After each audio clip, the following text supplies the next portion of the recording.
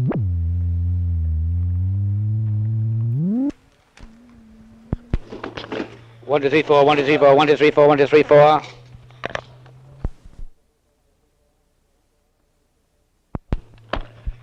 Five, 6, 7, 8, 5, 6, 7, 8, 9, 10, 11, 12, 13.